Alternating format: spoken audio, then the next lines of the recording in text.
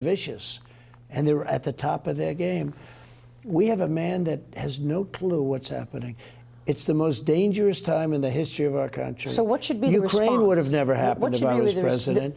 None of this stuff would have happened. You wouldn't have inflation, for one thing. But going back to that, Ukraine would have never happened. Taiwan, which will at some point happen under this group, would never have happened. You never heard these things being talked about.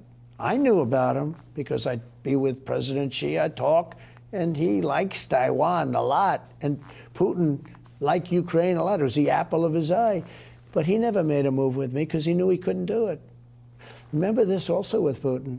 You know, they like to say, oh, Trump was softer. I was tougher on Russia than anybody in history with the sanctions and everything else. You said you could end the war in Ukraine in 24 hours. Yes, I could. How would you do that?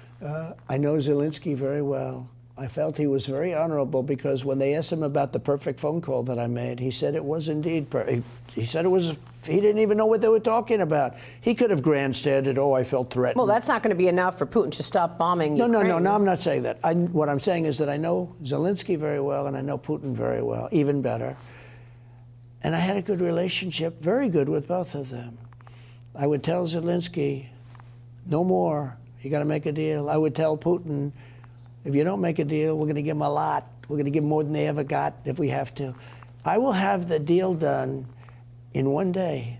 One day. Now, China apparently is setting up this spy